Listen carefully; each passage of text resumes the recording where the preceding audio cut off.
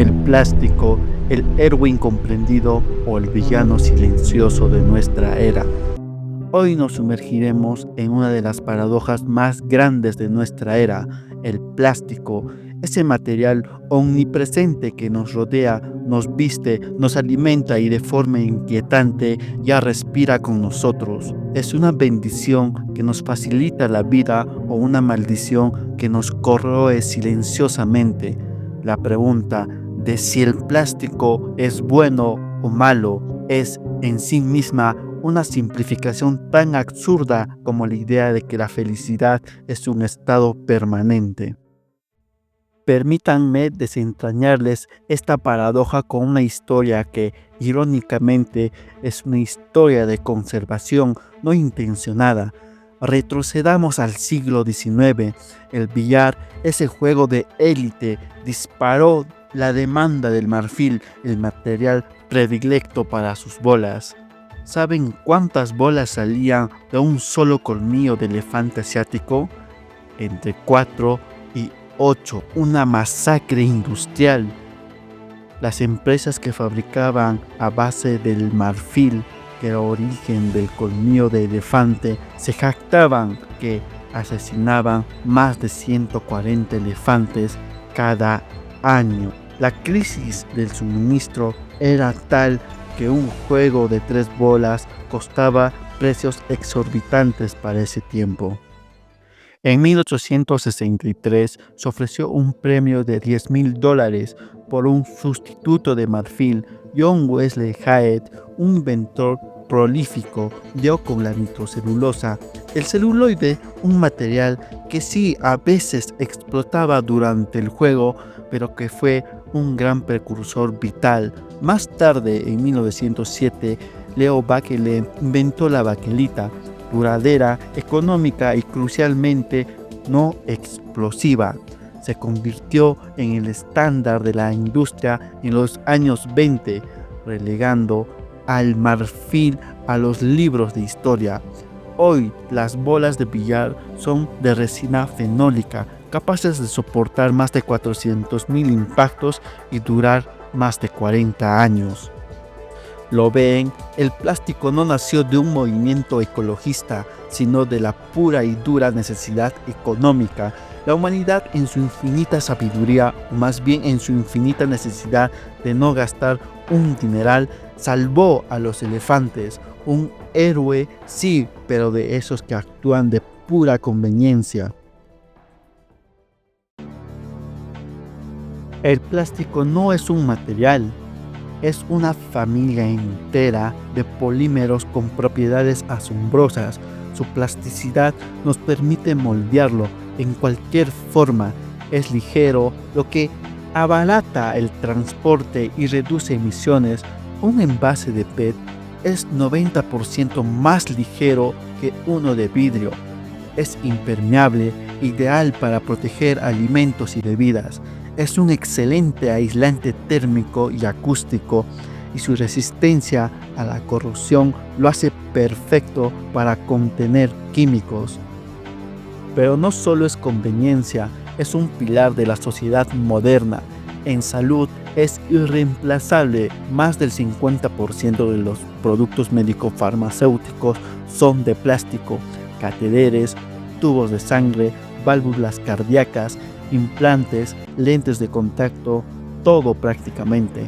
Garantiza la esterilidad, previene infecciones.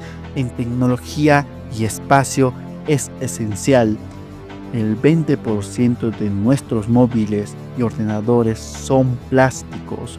Su resistencia eléctrica lo hace un aislante perfecto para los cables y componentes electrónicos, y en la exploración espacial su ligereza y resistencia permiten naves más eficientes y seguras. Ahora pueden ver la dicotomía. Ese material que literalmente salva vidas y nos lleva a las estrellas es el mismo que ahora nos ahoga. La paradoja es que sus virtudes se convirtieron en sus vicios. Su durabilidad, su bajo costo, su versatilidad, todo eso impulsó una producción masiva que nuestra capacidad de gestión no puede seguir. es la historia de una solución que por su propio éxito descontrolado generó un problema de una magnitud sin precedentes. La producción de plástico se ha disparado en el año 2019 a 368 millones de toneladas. Para el 2050 se calcula o se estima que llegaremos a más de 800 millones. Cada año, 300 millones de toneladas de residuos de plástico y el 40% de todo lo que se produce se desecha en menos de un mes. ¿Saben cuánto se recicla a nivel global? Un mísero del 9%. De lo que se recolecta, el 40% se descarta, el 22% se malgestiona, terminando en vertederos incontrolados, quemándose al aire libre o filtrándose directamente al medio ambiente.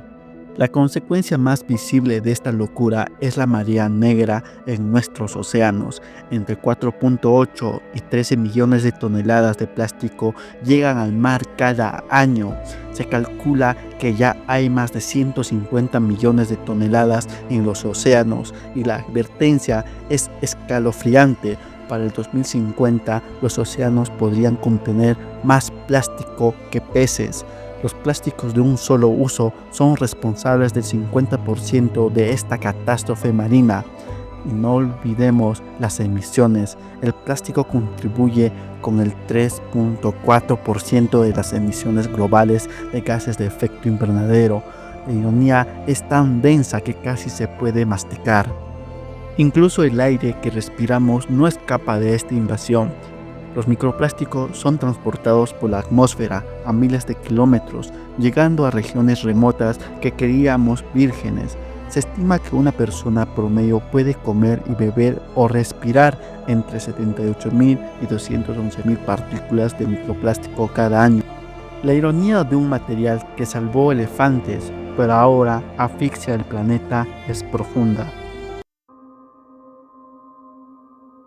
Los microplásticos y nanoplásticos entran en nuestro cuerpo y a través de los alimentos, el agua y el aire se han encontrado en nuestra sangre, pulmones, intestinos, heces, placentas, con mayor concentración en partos prematuros, a tal punto que los nanoplásticos llegan a nuestro propio cerebro. Un estudio reciente encontró casi 250.000 trozos de plástico por litro de agua embotellada, la mayoría nanoplásticos. Aunque los efectos a largo plazo aún no están claros, las correlaciones son preocupantes. Se han vinculado con enfermedades cardíacas y pulmonares, inflamación y enfermedades no transmisibles. Estudios en ratones muestran que pueden moverse por el cerebro y bloquear vasos sanguíneos, generando preocupaciones por trastornos neurológicos como depresión. La exposición de microplásticos aumenta el daño al ADN en células humanas, lo que podría llevar a inestabilidad genómicas y cáncer. Y más allá de las partículas, los plásticos contienen miles de sustancias químicas. Y para colmo, el reciclaje, esa quimera moderna, esa promesa vacía que nos permite dormir tranquilos mientras que el planeta se ahoga. A nivel global, solo el 9% de plástico se recicla. De lo que se recolecta, el 40% se descarta. ¿Por qué? Porque los plásticos reciclados se venden a precios 2 o 3 veces inferiores a los vírgenes, lo que los hace menos competitivos. La gran variedad de plásticos dificulta la clasificación. Los envases compuestos que mezclan materiales son un dolor de cabeza para reciclar. Muchas regiones carecen de infraestructuras adecuadas y la actitud del público, esa fe ciega en que si lo tiro al amarillo ya está, es un desafío. En Estados Unidos, por ejemplo, no cumplió su objetivo de reciclar el 50% de los plásticos para el 2025. El reciclaje en su forma actual no es la solución definitiva, sino una pieza de un rompecabezas mucho más grande y complejo. Promocionarlo como la principal respuesta sin abordar las barreras sistemáticas es, en cierto modo, una distracción absoluta. Pero no todo es oscuridad. La ciencia y la tecnología no se quedan de brazos cruzados. Hay una carrera contra el tiempo y para desarrollar soluciones biodegradables de origen renovable que se degradan en dióxido de carbono, agua y biomasa. El reciclaje químico descompone los plásticos en sus monómeros, permitiendo un reciclaje de alta calidad, incluso para plásticos mezclados. El ecodiseño busca crear envases más ligeros y fáciles de reciclar desde el inicio. La inteligencia artificial y la robótica están revolucionando la clasificación de los residuos sólidos. La ciencia, en su eterna danza con la desesperación, nos ofrece un rayo de esperanza, pero ¿será suficiente? Nosotros como individuos podemos hacer algo respecto al cambio, sí, como reducir la exposición, no calentar alimentos en plástico, elegir fibras naturales, optar por reutilizables, botellas, bolsas, envases, comprar a granel, elegir alimentos frescos y locales y por supuesto participar y educar. Con estas pequeñas acciones podríamos hacer grandes cambios a favor del planeta Tierra. Bueno, hemos visto desde el origen de plástico hasta un material que nació para resolver una crisis de conservación, salvando elefantes de matanzas indiscriminadas y que por sus propiedades extraordinarias revolucionó la medicina, la tecnología y la vida cotidiana, ofreciendo comodidades inimaginables. Fue en su momento un héroe de la innovación. Pero su éxito desmedido, impulsado por una lógica de producción y consumo lineal, o queremos decir economía lineal, lo transformó en un villano silencioso. La inundación global de residuos plásticos, la contaminación ubicua de océanos, tierra, aire y la inquietante presencia de microplásticos y químicos tóxicos en nuestros propios cuerpos, con la sombra ineludible de nuestra conveniencia. El sistema de reciclaje, a pesar de los esfuerzos, se ha revelado como un laberinto ineficiente, incapaz de contener la marea. El plástico, por un lado, es un material indispensable para la vida moderna, un pilar de la salud y el avance tecnológico. Por otro, su omnipresencia y nuestra gestión deficiente la ha convertido en una amenaza existencial para los ecosistemas y la salud humana. El plástico no es intrínsecamente bueno o malo, es un reflejo de nuestras decisiones. La solución no radica en demonizarlo por completo, lo cual sería impráctico y perjudicial para los sectores donde es vital. Tampoco reside en una fe ciega en el reciclaje como panacea.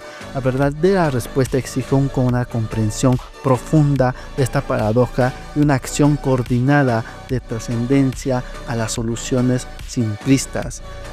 Se necesita un cambio de paradigma que priorice la reducción drástica de la producción de plásticos no esenciales, el rediseño de productos para una verdadera circulación y una inversión masiva en infraestructuras y tecnologías de reciclaje avanzadas.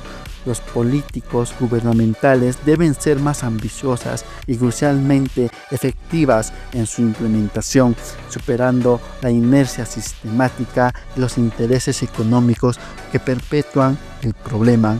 Y por supuesto, la conciencia individual, aunque no es la única solución, es catalizador que puede impulsar, sostener estos cambios de gran escala.